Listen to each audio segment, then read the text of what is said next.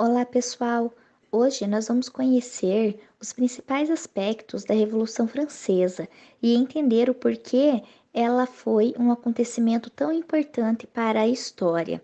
Entre os anos de 1789 e 1799, ocorreu a eclosão da Revolução. Foi um período de intensa agitação política e social na França, que teve um impacto duradouro na história do país, mais amplamente em todo o continente europeu. A monarquia absolutista, que tinha governado a nação durante séculos, entrou em colapso em apenas 3 anos. A Revolução Francesa foi o resultado da crise política, econômica e social que a França enfrentou no final do século XVIII.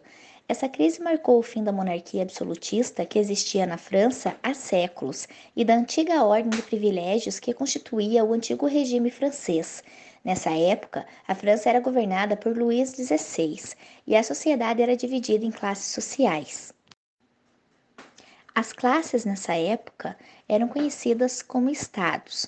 O primeiro estado era composto pelo clero, o segundo estado pela nobreza e o terceiro estado estava o povo, definição genérica que incorpora o restante da sociedade francesa.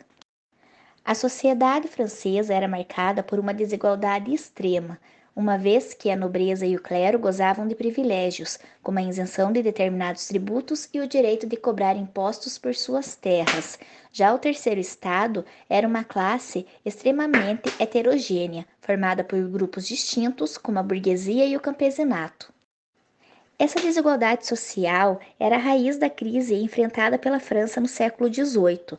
A França, nesse período, começou a sofrer as consequências de seu atraso econômico em relação às mudanças que estavam acontecendo no mundo em decorrência do avanço do capitalismo.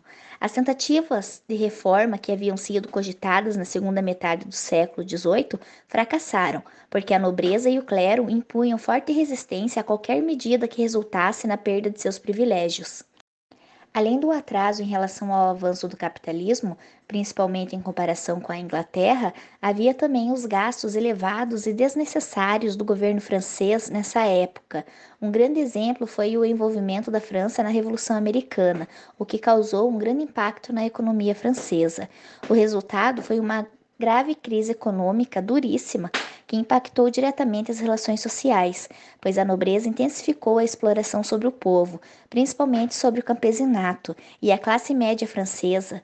Isso aconteceu em decorrência da ocupação de cargos governamentais pela nobreza. Até então, esses cargos eram destinados à classe média e do aumento dos impostos cobrados dos camponeses. Esse aumento de tributos foi extremamente pesado, pois grande parte dos camponeses não possuía terras, assim foram obrigados a ceder uma parcela cada vez maior de sua renda, que era utilizada basicamente para sua própria subsistência. Sendo assim, a situação do campesinato nos 20 anos que antecederam a Revolução Francesa agravou-se consideravelmente. No final do século XVIII, a França era um país agrário, com a produção estruturada no modelo feudal. Para a burguesia e parte da nobreza, era preciso acabar com o poder absoluto do rei Luís XVI. Enquanto isso, do outro lado do Canal da Mancha, a Inglaterra, sua rival, desenvolvia o processo da Revolução Industrial.